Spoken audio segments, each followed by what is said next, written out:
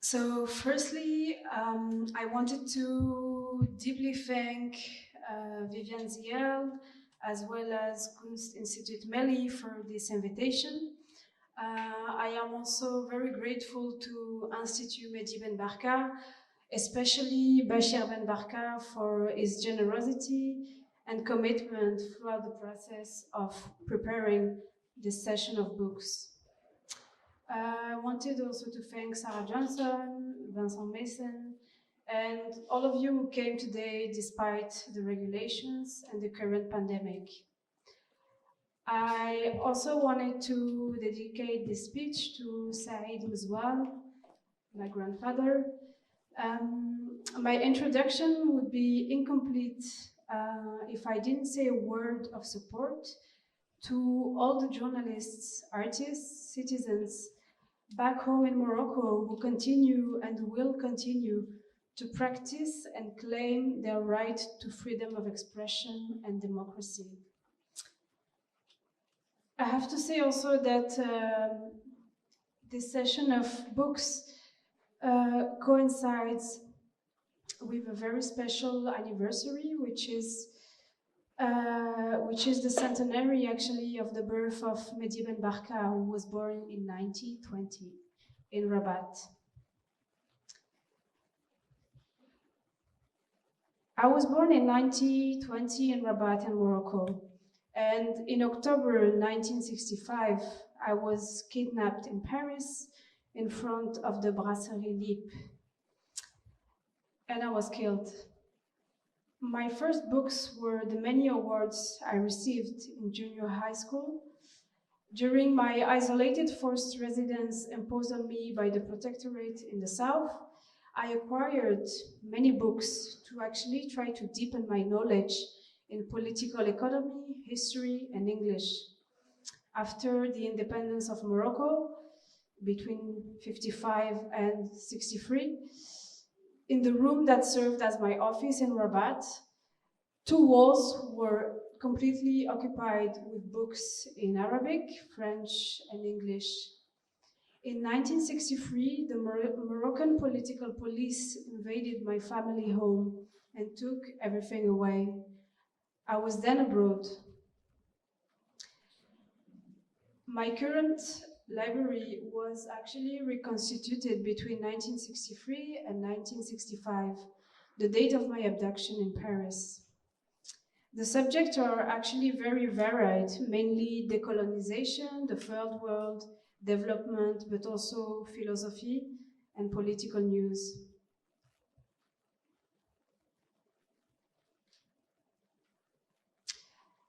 I also have to say that history is full of returns and repetitions, and I am naturally moved to be in Rotterdam today in the presence of such eminent personalities such as Professor Louis Massignon and also my friends who are luminaries of education, to actually speak on a subject in which I am still a beginner, since I haven't yet spent the necessary time to be able to speak with authority. Therefore, I will allow myself to bring you rather some information on what we think in Morocco now of the problems of education, and especially what we envision in the near future to establish an education system on a basis which is as solid as possible. I also must thank Father Denis for having chosen this topic as the center of the discussion during this session, because indeed for us, it is not one of the fundamental topics, but it is the fundamental topic that preoccupies us as we set to work to build a new country. It is precisely because of our backwardness in the field of education that we find ourselves today obliged to make considerable efforts to actually catch up with the course of scientific evolution. Our country, Morocco, has certainly held high the torch of science at a time when it had to be transmitted from the east to the west after having brought its own genius. In our universities in Morocco, many European scientists came to draw from science. which at that time actually constituted the essence of human knowledge. But there came a time in our history when our scientists were forced to become warriors a few centuries ago. Our country was the object of Spanish, Portuguese, English, Turkish, and French colonization.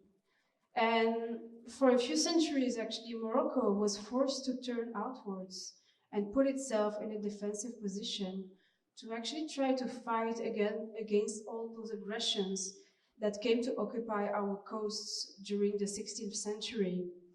Also, we have seen great scholars putting themselves as the head of armies, as was the case in a historical place to which we actually went on pilgrimage a week ago. This place is next to Ksar el-Kabir, and the name of the place is Wad al-Makhazin. So this is how Morocco actually had to stop its march on the path of science. And it is also because it stopped that march that it was allowed a foreign domination to change the course of its history. And now, as we resume our journey in Rotterdam, we are faced with this problem, and we believe that this is where we must begin. Already, when the liberation movement in Morocco came into being, its first task was not essentially political. Those who can remember the 20s and the 30s should also remember that the first activity, the first manifestation of the so-called nationalist movement in Morocco was actually precisely the renovation of the education system.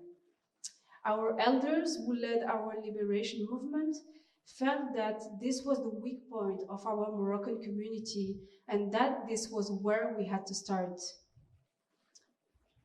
The characteristic of a political party like the Istiklal was to really deal with the problems of education. We have built about 100 schools on our own. At a time when these schools were considered to be the hotbed of pernicious nationalism, they were actually for us the hotbeds of a new educational system that we wanted to establish in our country, and that was more in line with national evolution. So you see that you are very much at the center of our concerns. During the period of the protectorate, our essential problem was education, because we also felt that there was a certain policy which was trying to lead us into dead ends. I can also remember the time when I was still a student, and our first battle was to demand the baccalaureate in our college. That is to say, to give our country windows, openings to university education, which alone couldn't save our country. And even now today, we feel that everything we do, everything we build, everything we undertake will remain precarious if it's not built on science and on a solid education. I also have to say that a country that doesn't have researchers, that doesn't have scientists, is doomed to slavery and deserves only slavery. That's also why during our first year of independence in Morocco between 1956 and 1957, we tried to focus our efforts on education issues. An education reform commission was actually established. And this commission brought together all of those who could talk about education. It was a sort of Tower of Babel, because indeed there were representatives of the scholastic education of Qrawiyyin, also representatives of the free education that we created, and which was also the embryo of modern national education.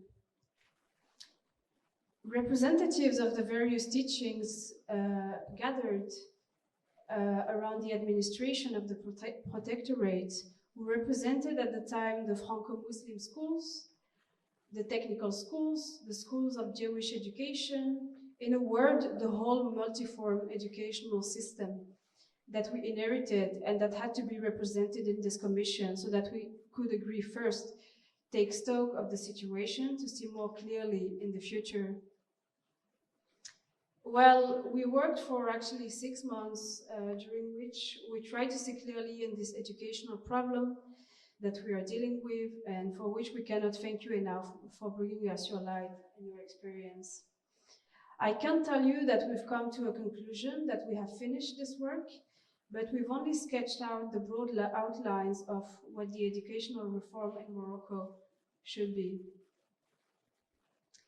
There are at the base principles that must be respected. First of all, we want an education that can give this country the executives it needs, both secondary executives, senior executives, and also research executives. Because I repeat, without scientific research, one cannot evolve. We cannot even live. The subcommittees got to work and drafted an educational system that first tried to be effective. So even when we look at other principles, which for us are fundamental as the first, we also subject them to that effectiveness and also efficiency. There is, of course, the principle of Arabization of education. That is to say, giving our youth an education in the national language of the country. This doesn't mean teaching exclusively in Arabic. On the contrary, we have suffered enough from isolation to not admit it again in our history. This is why in our approach towards Arabization, which is essential in our teaching, we try to be very practical.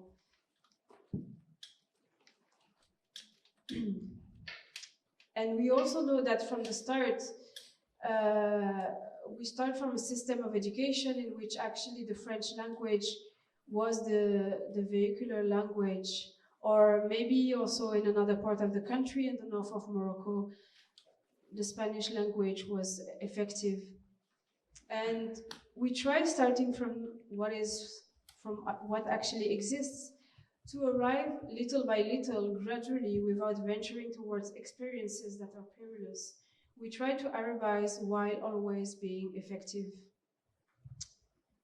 Remains also the third principle, which is that of giving our youth a national education, a national-based education, that is to say, whose fundamental subjects prepare the Moroccan citizen for his life in the city that is being built. We can also achieve this principle even if our education is not yet based on the Arabic language. And on this subject, it's really certain that I would not want to speak tediously about what we have envisioned in terms of primary education, in terms of secondary education, because all educational systems are equal, and we don't want to create in Morocco a cycle of education that is absolutely original. We really try to adapt the experiences acquired elsewhere to our Moroccan needs. But the problem that deserves your attention is that of the Moroccan University, which is the title of my paper. I would like to tell you that for us, the Moroccan University, which I hope will see the light of day next November, is the fundamental foundation of our independence. It inherits two systems of education. On the one hand, a national system, which is concretized by the centers of Islamic studies in Qarawiyyin, Ben Youssef, Meknes, and Tétouan. They have a real and symbolic value that we must preserve, in as much as this preservation is also an enrichment for us, but which we must renovate precisely by drawing inspiration from the second system of education that exists in our country, in Morocco. The administration of the protectorate has also developed embryos of faculties for higher education that are still valid and that we can use also as a starting point. We already have, for example, a center for legal studies that prepares students for a degree of law. We have a center for higher scientific studies, which prepares students for Bachelor of Science, mathematics, physics, chemistry, geology certificates, also according to the French system. We have an Institute of Higher Studies, which gives literary education, which is according to the French system, but is currently in need of reform. This set of embryos can already for us constitute the starting point of our university. At the time when we approached this problem of the university, opinions were really divided. There were two tendencies within the commission. One really wanted to make the old Islamic university centers, Qarawiyyin, Ben Youssef, the faculties of theology, and Shahada, completely separate actually from the modern system of education. And on the other hand, another tendency really wanted to see this old system of education literally disappear in the name always of efficiency, but efficiency seen from too narrow point of view, and to institute in Morocco only modern faculties of law and letters. So in the first solution, we actually risk to see our youth, for example, for legal disciplines, trained sometimes in the Kulia of the Sharia in Qarawiyyin, and sometimes also at the Faculty of Law in Rabat or Casablanca, which in my own opinion constituted a sort of dualism for the training of our youth and kids, detrimental for this national unity that must exist, acceptable diversity, but not to the point of training. Tomorrow, the judges belonging to two totally different disciplines. And I have to say that on this subject, our Education Commission has had some very instructive sessions, perhaps a little bit stormy at times, but at the end of which we really managed to see more clearly in this very delicate field in which one cannot actually venture lightly, especially since we have before us the Egyptian experience, which is in the process of being continued. So we have arrived at the following solution. As regards, for example, law, we actually believe that training in the so-called Qarawiyyin secondary cycle is generally equivalent to secondary education in the modern system. Even if the level of education from the point of view of science, from the point of view of social sciences, from the point of view of exact sciences is not the same. We estimated that the young Moroccan who completed his secondary education and the one who completed the Qarawiyyin cycle were actually not at an equivalent intellectual level, and that actually they could both face equivalent university studies. And we also thought that we could have a Moroccan law faculty whose teaching centers would be in Rabat, Fez, and where there is Qarawiyyin, and Marrakech also under the auspices of Ben Youssef. And in these faculties, we think we can take these two young Moroccans, one from Moulay Idriss High School, for example, and the other one from 6th grade of Qarawiyyin, and admit both of them on the same benches of the Faculty of Law, for example. And the other from the sixth grade of Qarawiyyin admit them both on the same benches of the Faculty of Law from the first year of law as soon as next November, and make them in 3 years law graduates. And there remains also the problem of the subject to be taught, and also the language of instruction. Because for that, we wanted to be practical also. The language of instruction for Fez, given that we will have a majority of students with a predominantly Arabic background, must be the Arabic language, as well as in Ben Youssef and perhaps also in Tétouan, while in Rabat, if we have this year the majority of students who have graduated from modern high schools and have received training mainly in French, then nothing really prevents us from giving them a bachelor degree in Moroccan law in French, even if it means that we give them a parallel teaching in Arabic in case the students in Rabat are equally trained in Arabic and French. So the subject of teaching is currently under study, and I will continue by giving you some information that is still being completed. We are going to start this law school experience in Morocco, and it will include actually all the students coming from model school and also the schools of Qarawiyyin. This only during the transitional period, because given that the reform of secondary education will also affect the students who are in the secondary cycle of Qarawiyin, when in 6 years we will have the first baccalaureates according to the formula decided by the Education Commission. That is to say that having a training more oriented towards Islamic studies, either baccalaureate or baccalaureate holders, more oriented towards the studies of literature and economic sciences, or mathematics baccalaureate or technical baccalaureate holders, we will have a youth who will have already achieved unity, if not uniformity of culture. The same experience can also be done in the field of humanities, and we will have replaced the two upper sections of Qarawiyin, that is to say the final sections of Muslim law. And I have to say also, as like a tree that loses its roots and it's doomed to death.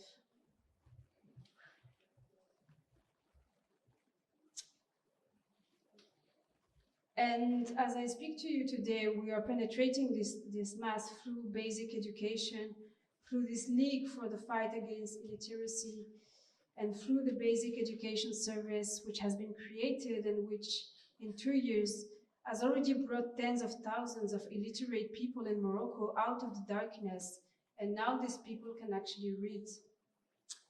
We have been able to put a newspaper within their reach. This newspaper is called Manar al-Maghrib, which is actually the only newspaper in vocalized Arabic. For those we have been able to have in the basic education and fight against illiteracy centers for 2 months, and that we have been able actually to train and make literate. We can manage to maintain them thanks to this Arabic newspaper, which obviously requires some efforts from us, as long as the Arabic linotype doesn't yet allow vocalization. This newspaper, which is already distributed to the masses, is read by women, by men, but also by people around the world who currently have access to science. And thanks to these courses in the fight against illiteracy, thousands of volunteers are distributing in our country on a voluntary basis this newspaper.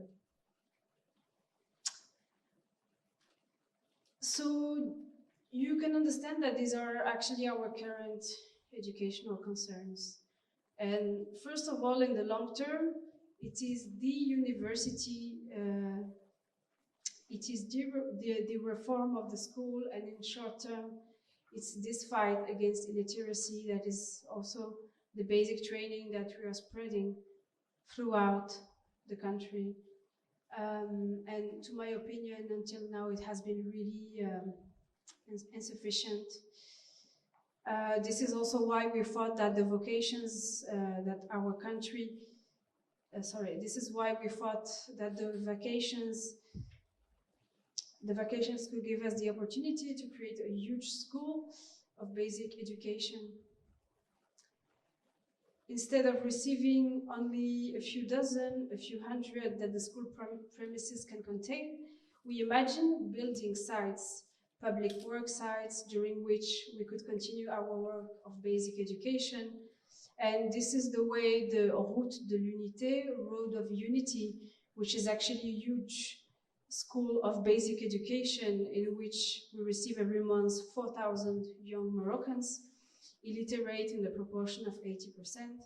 And to actually, we are trying to give not literacy, given the fact that they only spend a month with us, but basic education, that is to say, the sense of effort, of an effort which is well done, the sense of community effort, the sense of the commune or the union or the cooperative, the sense of national effort for building our country.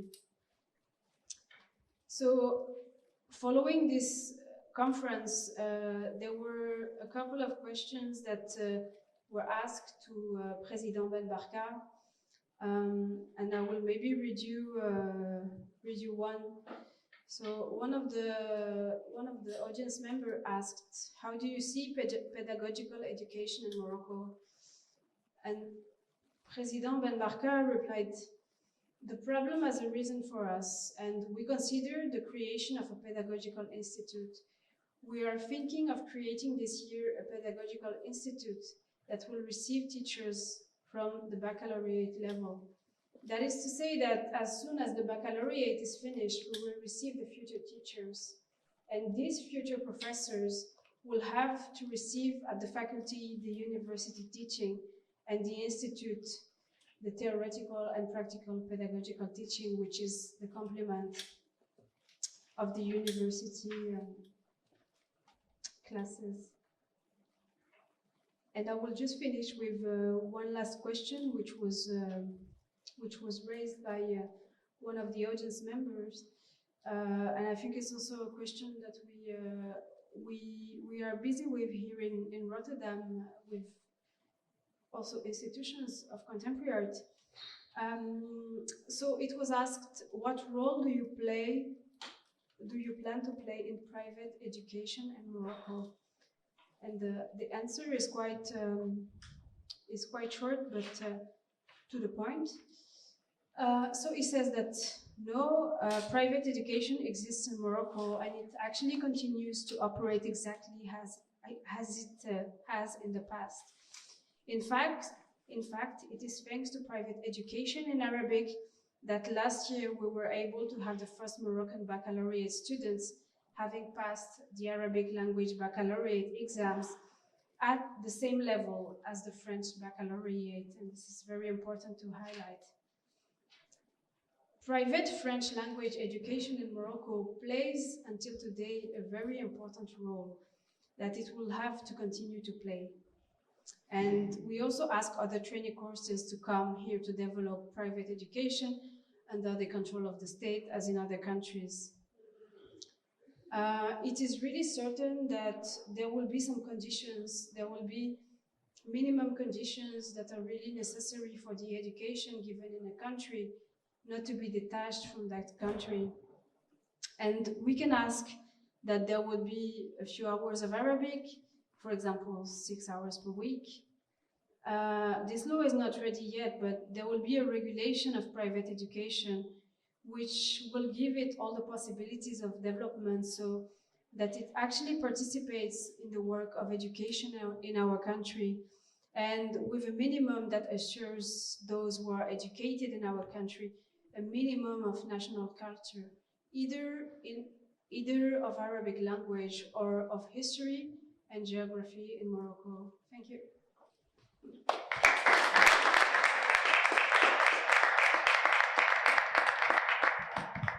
So thank you, Karima. And as we transition from the first part of the program to the second part of the program, we're going to do something very careful and a bit choreographic. So row by row, the chairs are going to turn around. So could the last row please turn your chairs around?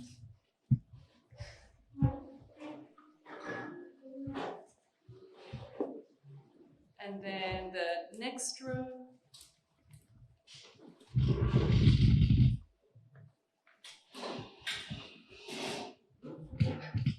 And then the next row, please. And then our friends in the back, please.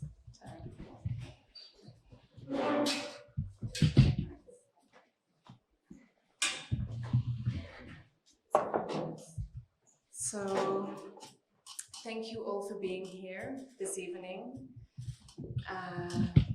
and for sharing physical space with us, which is precious at the moment. We appreciate it very greatly. And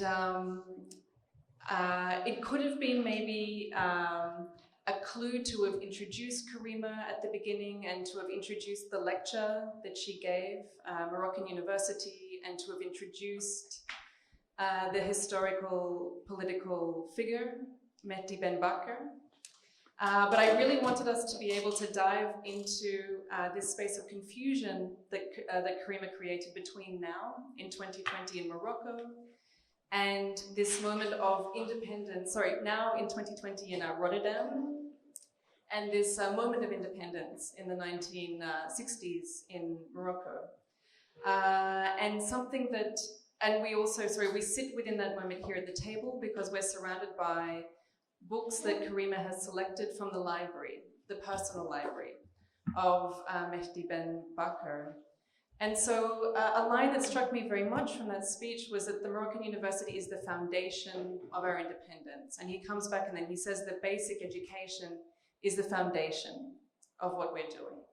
And so I appreciate this very, very much because a conversation, a deep conversation on education, or increasingly we're saying learning, has been informing what has been taking place at this institution over the past years, and certainly in an intensive way in the last months. And education also in relation to foundations and the foundations of nationhood. This building was established in 1871, and it was established as a school for girls.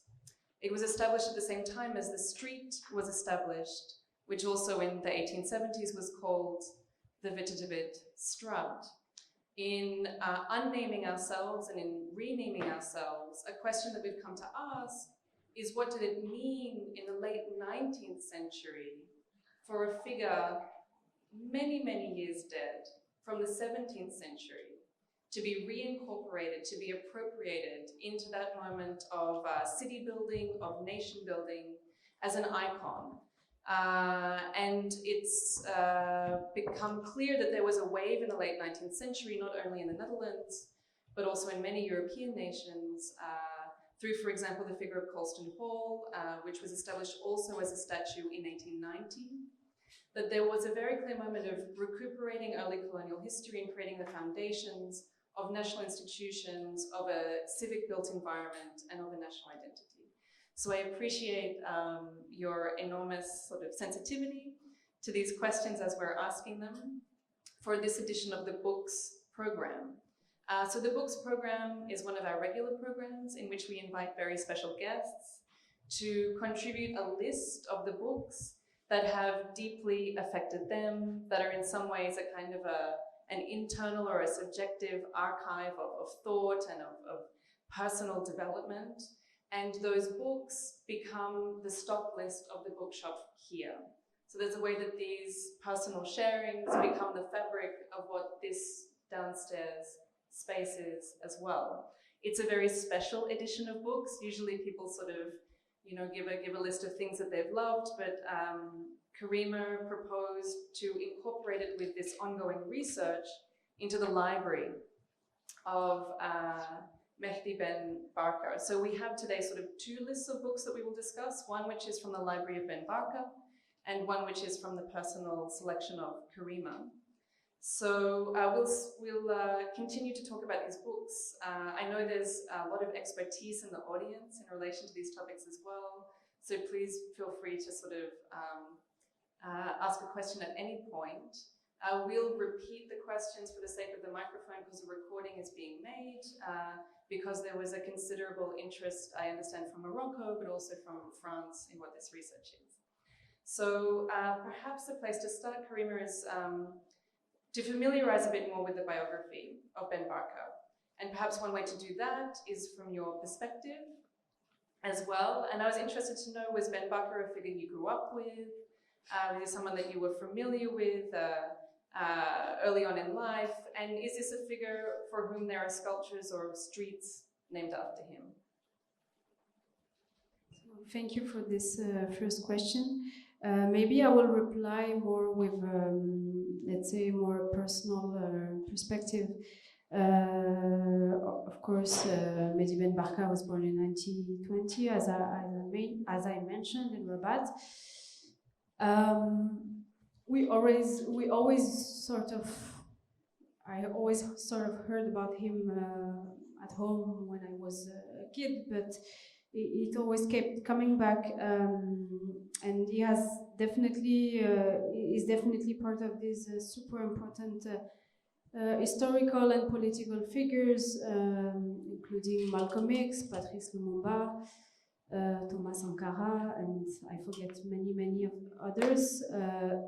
But actually, my point of contact with this archive of Ben Barka was sort of indirect, and it started actually in Rotterdam 2 years ago, because I was curating a public program at Tale of a Tub, which is an art center here, and we organized a film screening at Kino, which is a cinema in Rotterdam, and one of the films was actually a film by Moroccan artist Mounir Fatmi, which is called Face au Silence, and Mounir Fatmi is a contemporary artist who sort of did a reenactment of the abduction of Ben Barka, and he actually came back to the place of his abduction in Paris, and so again an artist with a strong interest in history and sort of being a witness literally as an artist.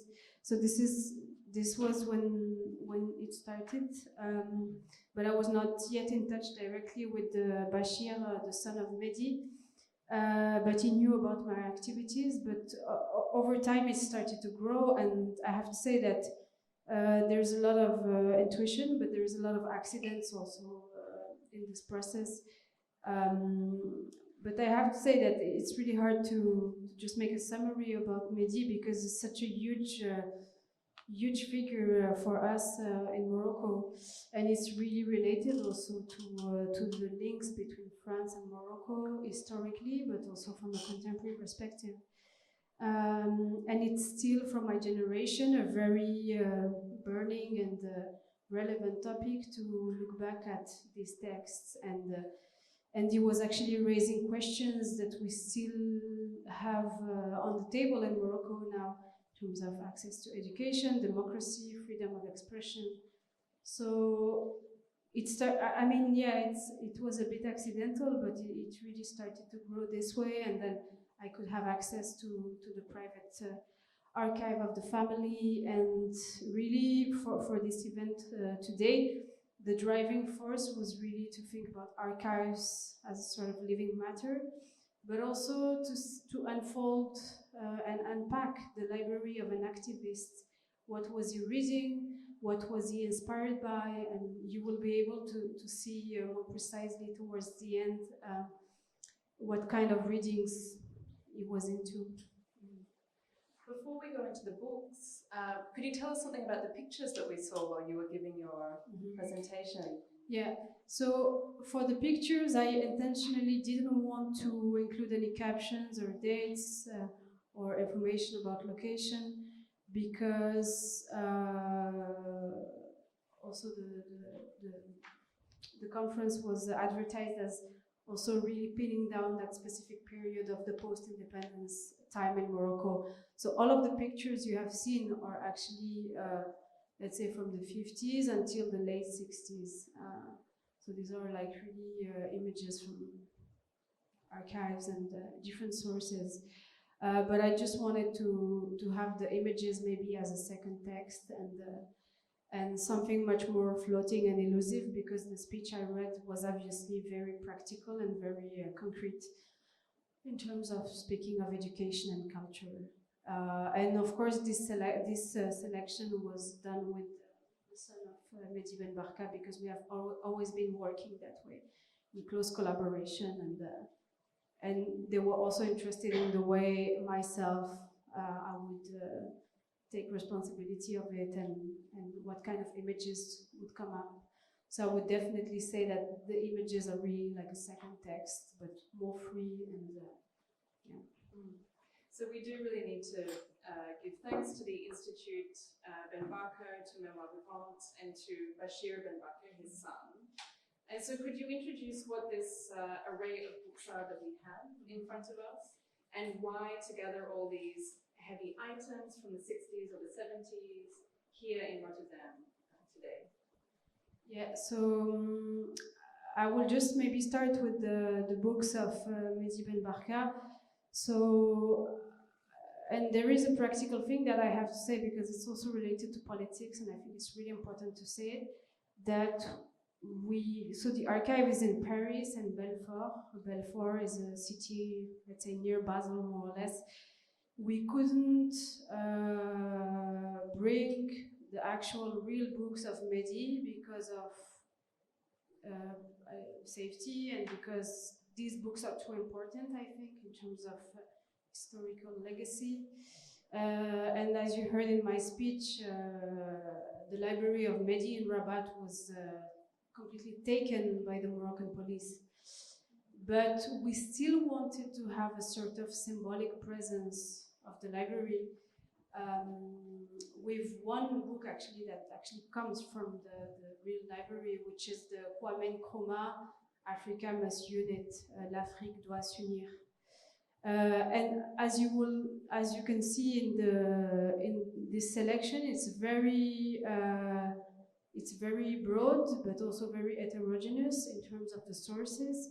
So there is, for example, André Breton, the Manifestos of Surrealism, because Mehdi was deeply interested in literature, but also the aspect of revolt that one encounters in surrealism. And to be even more specific in relation to surrealism, as some of you might know, in the history of this movement, the surrealists also deeply supported the war of Rif in the mid-20s in Morocco. So they were supporting this sort of anti-colonial agenda, although they were most of them in Paris, and they were not really on the ground politically, let's say, active and operative. Maybe Benjamin Perret is an exception, but that is another topic. Books about history, books about, we don't have it here, but books about statistics, books about Asia, Latin America, books about Cuba, books about African countries. Definitely, you will see the Sédou Badian, les dirigeants africains face à leur peuple. So you see that it reflects the sort of internationalist aspect of his practice and thought. But also different social topics, like there is a book by Fadela Mrabet, La Femme Algérienne, Algerian Woman. It also shows what was happening in the Maghreb at that time, that it was also deeply thinking about the position of women in society and the question of empowering women. And Mehdi also had these tactics of always traveling extensively throughout the world, trying to study very deeply certain political systems, certain educational systems, and coming back to Morocco and really thinking very practically how one could implement or develop these ideas. So there is really, it goes into literature, sociology, history, it goes into decolonization throughout the world. It was really, let's say, a person in movement and always thinking and always learning. Yeah. So the book that you've mentioned by Fadela Mrabet, La Femme Algérienne, sounds amazing. I mean, it was a series of interviews with women concerning the revolution and independence movement in Algeria. We know that Ben Barka studied in Algeria, is that correct? I'm interested to know about his own education, given that education was so important for him.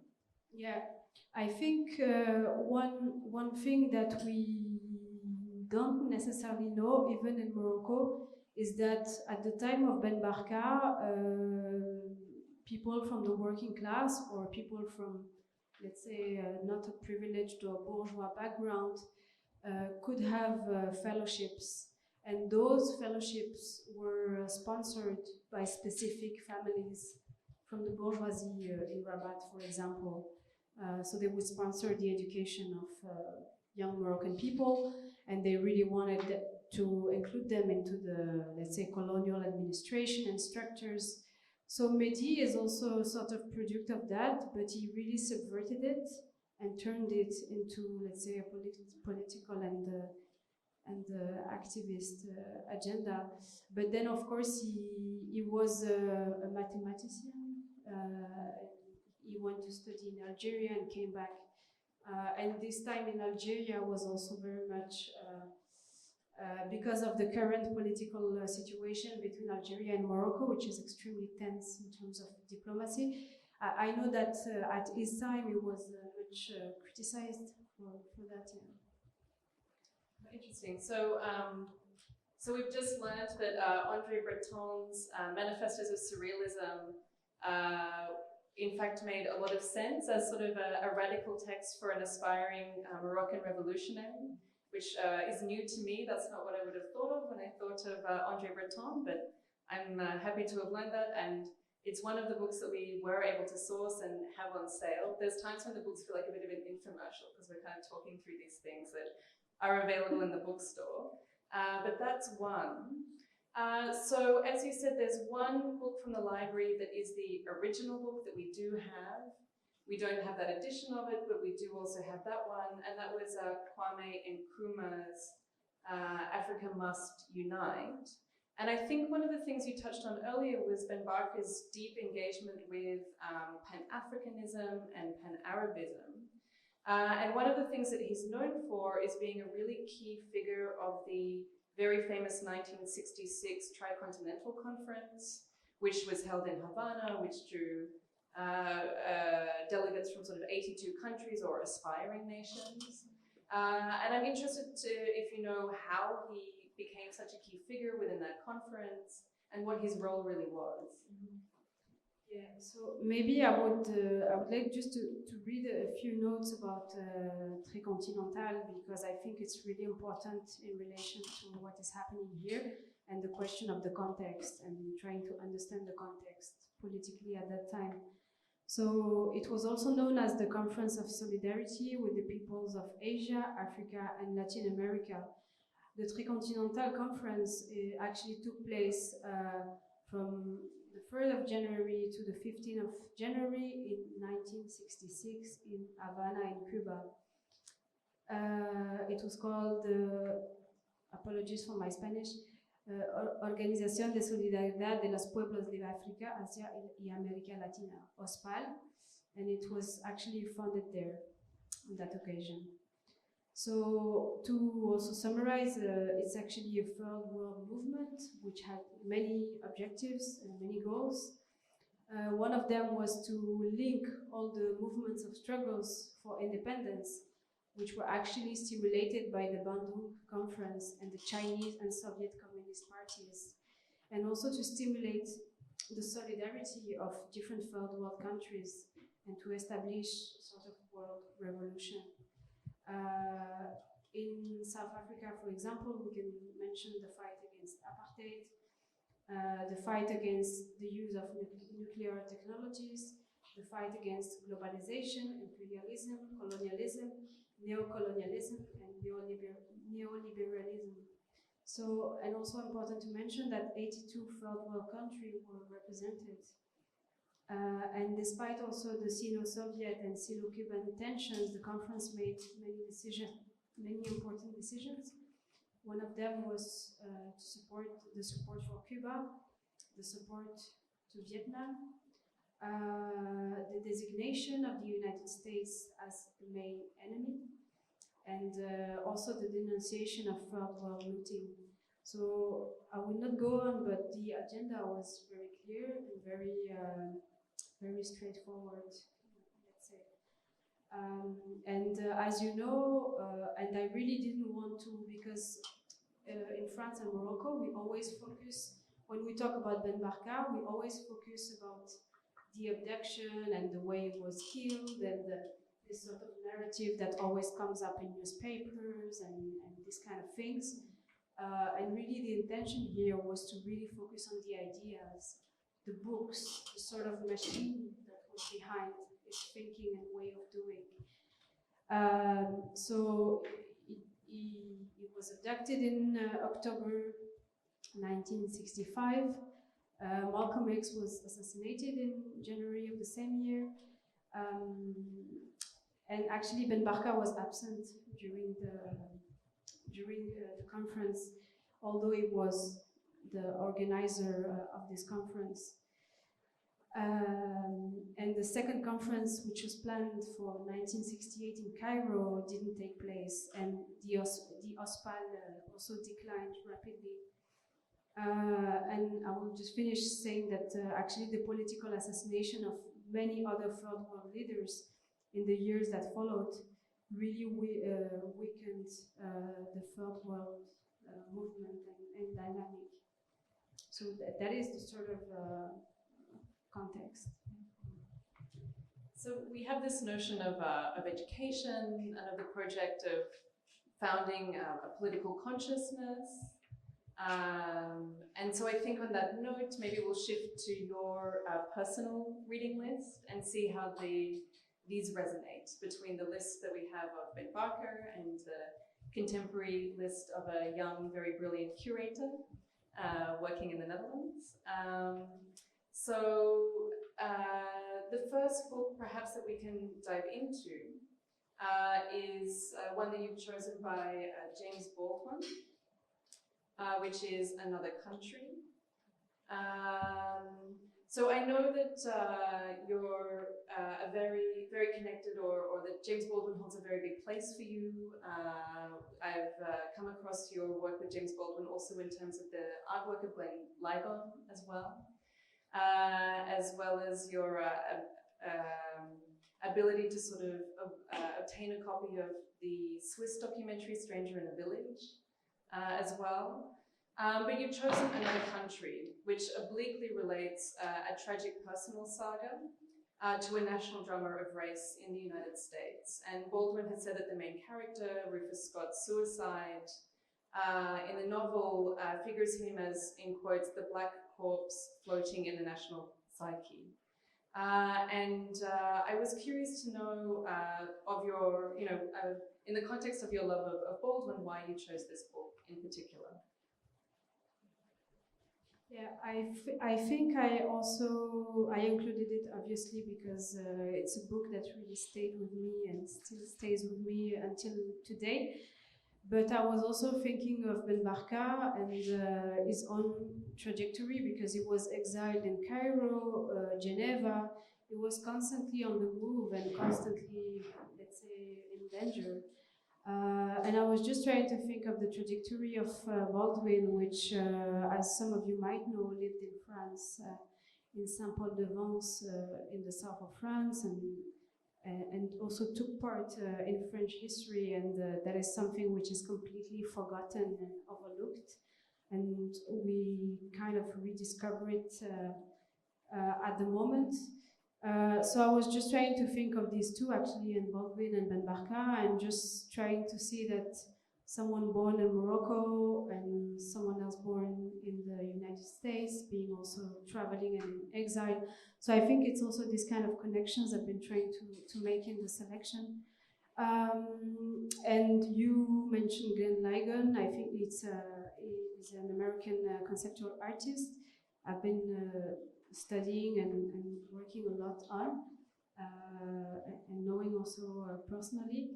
And I think what interests me also is to see how these writers have also influenced many artists that actually, in the case of Lagann, literally since the late 80s started to really incorporate the writing of Baldwin in his own artworks, and just trying to see how these conversations can be made. And you mentioned also this film which I showed last year at the New Institute nearby, which is actually from a Swiss archive, television archive. So I guess I'm really interested in the method and the approach in all these links and points of connection. Well, in terms of that, that dynamic of being in exile in a way, we have kind of the flip side of that with the next book, which is Returning to Rennes by Didier Eribon. I'm sorry for my pronunciation if I'm mangling that. But that's a book, a fictional book about a man who's from provincial France, from a working class context, who's established himself in Paris, and then at a later point returns home to re-encounter his place of origin and his family, and a family who have shifted from being affiliated to the Communist Party to becoming supporters of the National Front. And as we were talking earlier, you said there's a word in French that encapsulates some of what this book is about that we don't have in English that sounds very useful? Yeah, so the word is a transfuge, which actually means, it's not the full sociological definition, but to put it very simple terms, it's actually someone from a specific social class that through his own trajectory, life and professional career goes to, let's say, or has access to an upper class. And Eribon is, I wanted to bring in Eribon because it's one of the writers I also identified with as a student reading the book. Because I think also that in the contemporary art world, we don't talk often about the issue of class. And I thought it was really important to bring it in. So I think it helped me a lot personally also to kind of understand my own position, but also using the book as a sort of process of identification. And although it's really like an essay, yeah. And so in terms of education, your training is in art history. And there's always a sort of a very profound sense of art historical rigor in your work, and a very fine sensibility for the brain of history, and always a love for the archive. And I'm really glad that you've brought one art history book as well, which is How to See a Work of Art in Total Darkness by Davi English. Personally, it's a book that I only came across last year, I'm embarrassed to say, which was when Monica Zivchak invited Davi out to do a speech. And I was interested to know, is it a book that you've been working with for a while, or one that you also have come across more recently? Yeah, so actually it's a book I read when I was studying art history, and I also studied philosophy in France. It was at the end of my parcours, I would say. But it's a book I read when I was a student, and one of my mentors at that time, Elvan Zabunian, who was an art historian, was actually the one that brought us these references and these books. And he talks about the practices, also the discipline of art history, but also he really focuses on the practices of specific American artists, like William Popel, Fred Wilson, Glenn Lagann, just to name a few. And that was, and I would say that English is really an art historian that deeply also affected the way I started to engage also with this practice and job. And then through time, I was also able to work with some of these artists for exhibitions, but also in terms of editorial work, like Fred Wilson or Adrienne Piper, for example. I showed one of her work in 2013 in Amsterdam at Maison Descartes, and then working on more editorial work. So I think all of this is really layered, and it also spreads through time and different contexts. So it's not only for me an academic reference, it's really related to my own practice also, because an important part of my work is related to the American context and American history and the work of certain African American artists. I would say, although not all of them identify as such. Thinking of Piper, for example. Yeah. I have just a offhanded question then. As an art historian and being trained in art historian and being deeply influenced by the work of English, do you think that affects the way that you then approach a political history, such as the history of Ben Barker and what his literature, his library is? Yeah, so I think also what I have to say is that I really have a sort of French academic traditional background. And some of these books were also a way to escape from that in a way, or to get more freedom. I would say that I've been working a lot in the context of Morocco with artists that work about history, about certain contested archives. So this part is extremely important. There is another part which is more related to the American context. But coming back to archives, what interests me is maybe the potential that one can find in these archives, but also the relation between the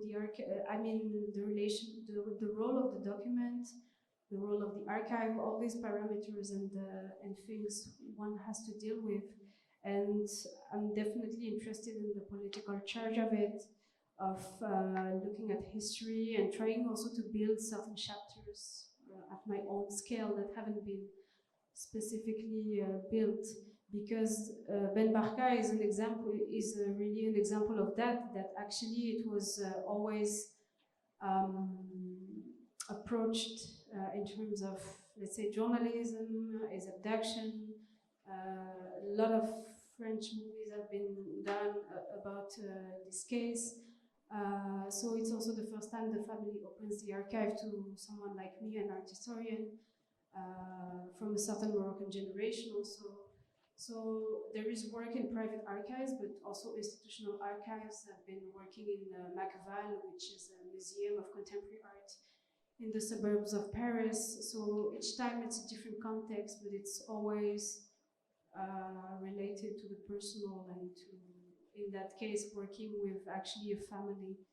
So it implies trust, time, commitment, and also a lot of accidents, because of course I'm an art historian, I have a certain way of working, but there is chance and a lot of accidents in the process.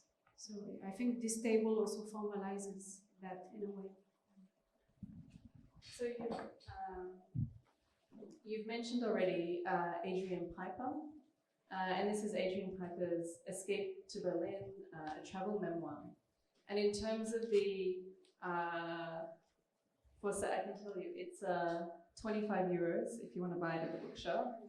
And in terms of a incredibly fine-grained account of, I think, what is the bigger dynamic that we're talking about this evening, which is a political consciousness, a consciousness that wants to learn, and being constrained by a hostile environment, we have hardly a more detailed and in some ways very painful account, as Piper talks about leaving the United States to move to Berlin, leaving her academic job, leaving the art world of the United States entirely. And my question with regard to this book is how you approach a book like this that is in some ways very painful, particularly as we negotiate so many of the same dynamics that she discusses, how you, as this is a book that's very close to you, how you open yourself to this book and bring this book into your heart in a way. So actually I read this book quite late, to be honest. When I was a student, I read some of her other artist writings, but I just feel that what comes up also in this book and what really moves me is that, of course, Piper is an artist, but she's also a philosopher, is also the confrontational aspect. And I think Piper really intellectually, conceptually, in terms of her own practice as a philosopher, but also an artist, really embodies the subjects and the experiences she lives. And I also think that these artist books and artist writings really stay with me. I can mention another book by Lagann, Yourself in the World. I can mention this type of books that are really the voice of the artist speaking and giving an account of their experiences. And you will see in the book that there is also reproductions of the work of Piper, diagrams, there is text. So it's really like a sort of journey also into our own, let's say, mental process. Yeah. So of the 5 books in your selection, the 5th one is one that stands out to me very much, which is Michel de Certeau, The Writing of History.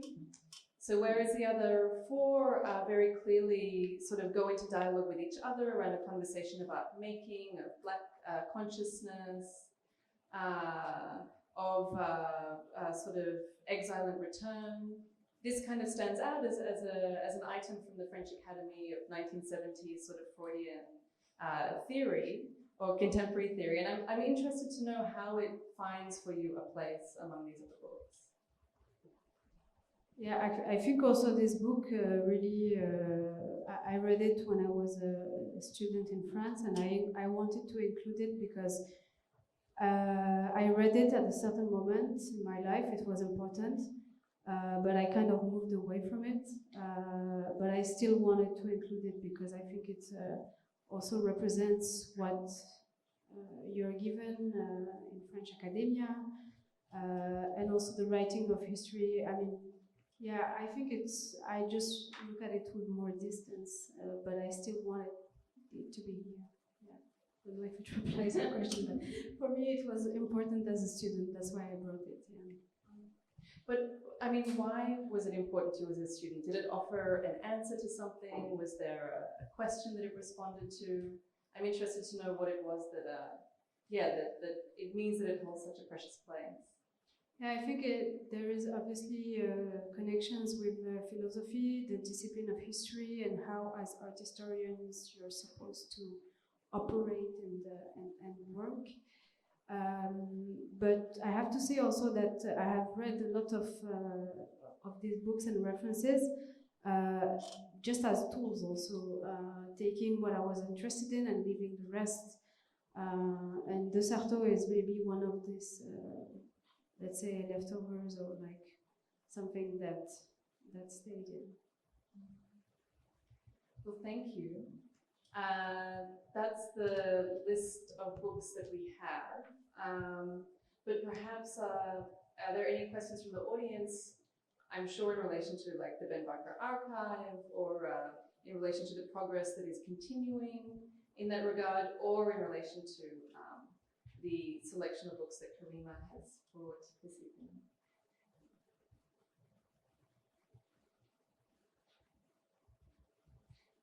Mariela?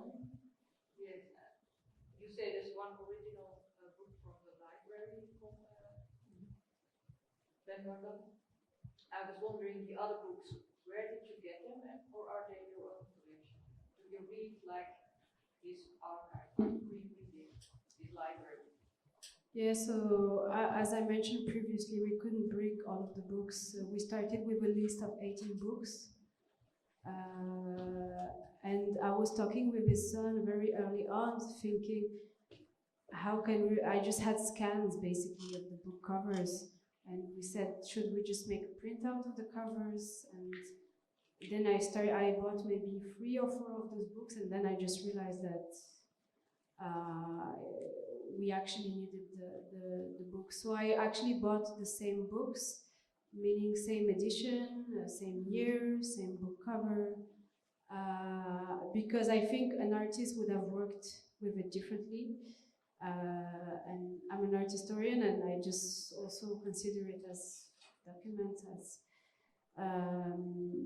maybe an artist would have done something much more interesting than I did, but this is what I did. I just rebought them one by one, and now they are part of my own library actually. And I haven't read all of them, but most of it, yeah. So there was this process of acquisition and looking for them, and actually they come from very different places.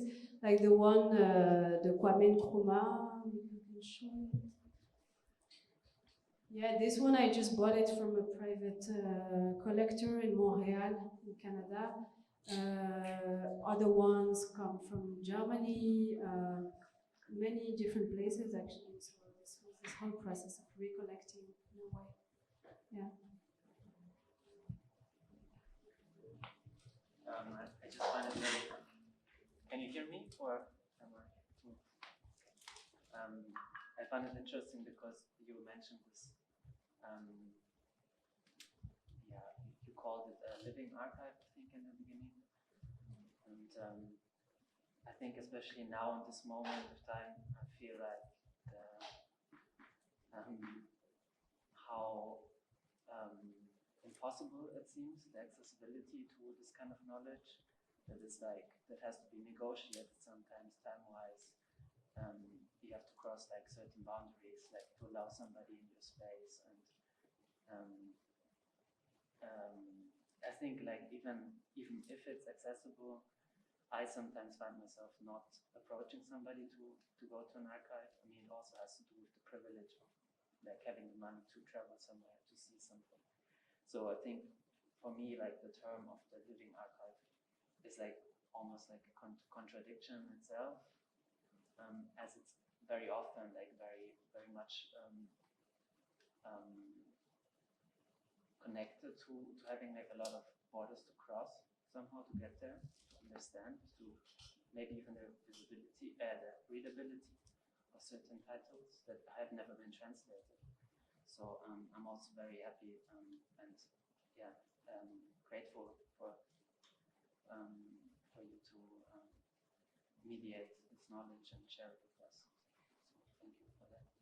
But also, I mean, it also includes a certain question. Thank you for your comment. No, so we need to repeat the question. Yes, you were, correct me but if I'm wrong, but you were actually raising the issue of access to those archives, the logistics behind in terms of traveling. Not everyone has necessarily the capacity to access it on different levels. And I just wanted to jump into this to actually say that you will see in this table there is actually 4 posters related to Mehdi Ben Barka, because actually we have the private aspect of the archives with the books, but we also have the public archive because those posters come from the archive of the International Institute for Social History in Amsterdam. We've been trying to look at the ways in which certain groups or artistic groups of artists, but also political groups, have been reflecting on Ben Barka in different ways. So certain posters have been produced by a collective of artists in Rotterdam. So maybe to reply to your question, this archive in Amsterdam is a public archive. You can just access it through the usual processes we all know.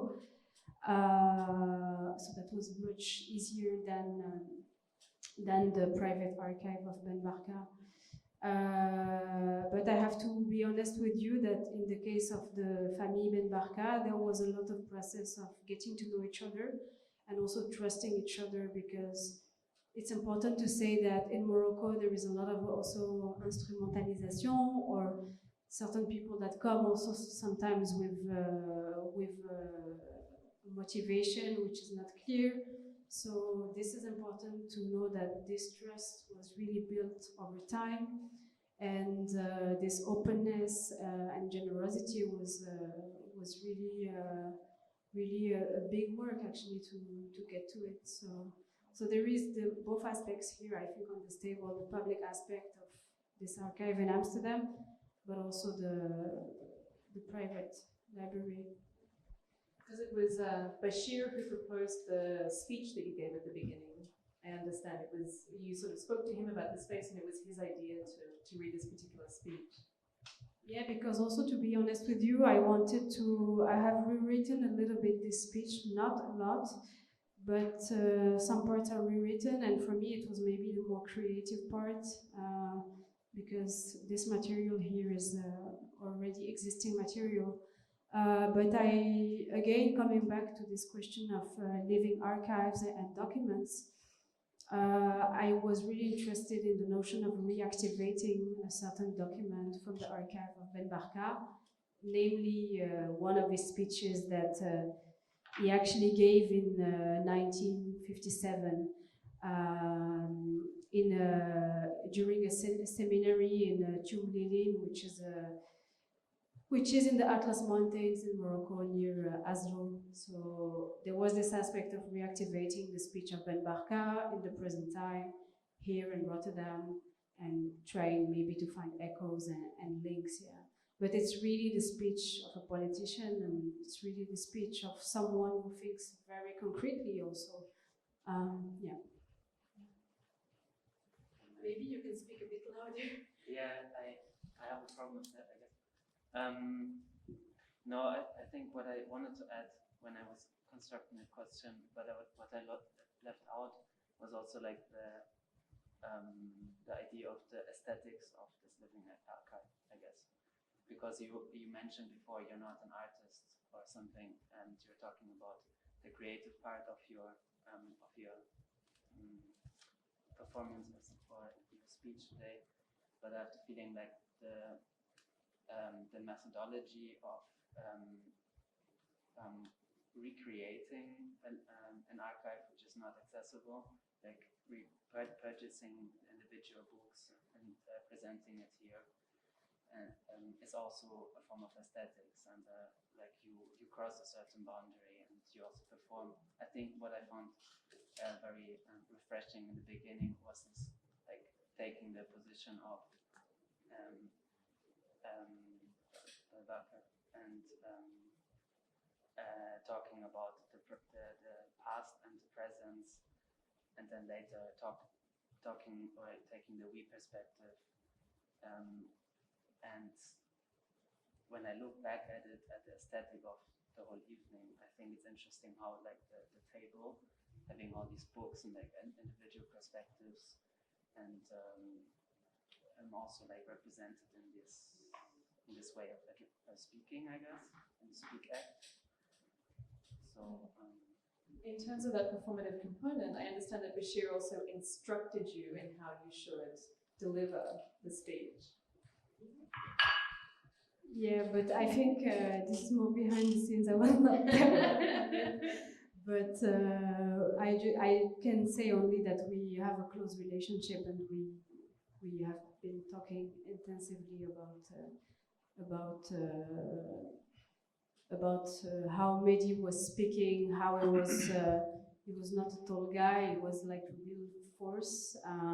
And some of the images, you also see that the aspect of gathering was really important. That when he started speaking, everyone was just really into it and really viscerally into it. So these are informations I couldn't know if I didn't have access to the family, and just to know the backstory of it and trying to be as close as possible to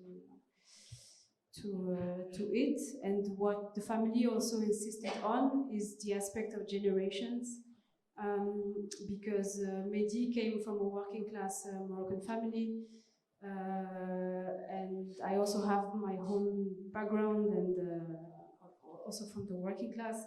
So for them it's really important to be open and share it to new generations. Yeah. How do you see the heritage of Ben Barka now?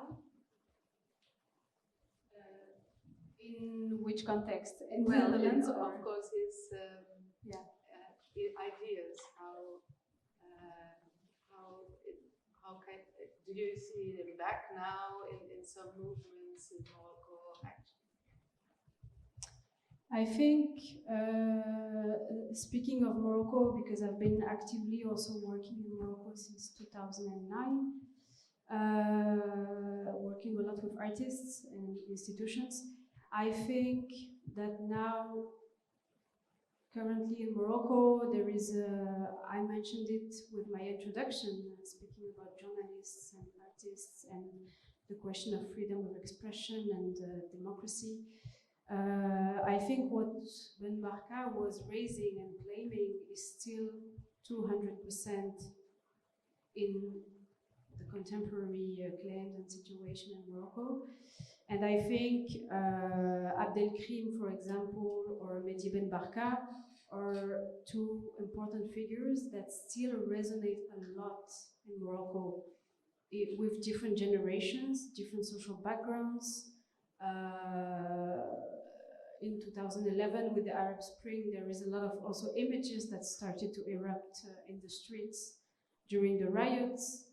And you saw one of the images, which was actually a street view in Casablanca, and these were the riots of Casablanca, like students protesting in the streets of Casablanca to have access to education.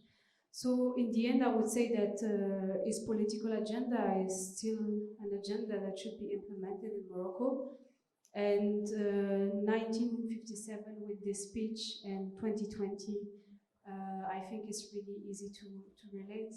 And I will just say something in relation to the Netherlands, because as you know, there is a big Moroccan community from the Rif in the Netherlands, and very politically engaged, and that supports a lot the family back home. And I think this topic of politics and Ben Barka is really relevant and resonates in the Dutch context. I mean, I'm not Dutch, but I know some people in the audience can relate to it. Do the books Ben Barka circulate in Morocco, or they're hard to find? There is, this one this is a good example. This one is called Mehdi Ben Barka en héritage. It was published by Tariq, co-published by Tariq, which is a Moroccan publishing house. And this you can get in Rabat, in Kalila Wadimna, which is a library in the center of Rabat. So you can actually get them. Yeah, not all of them, but yeah. It's not, let's say, censored. Yeah. On that note of legacy and of the current continuing parts of these projects, that might be the end of the evening. We have a service of non-alcoholic cocktails. You'd be welcome to enjoy and to please enjoy perusing the library as well. So thank you so much for coming to this books event. Thank you and congratulations, Karima Boudou.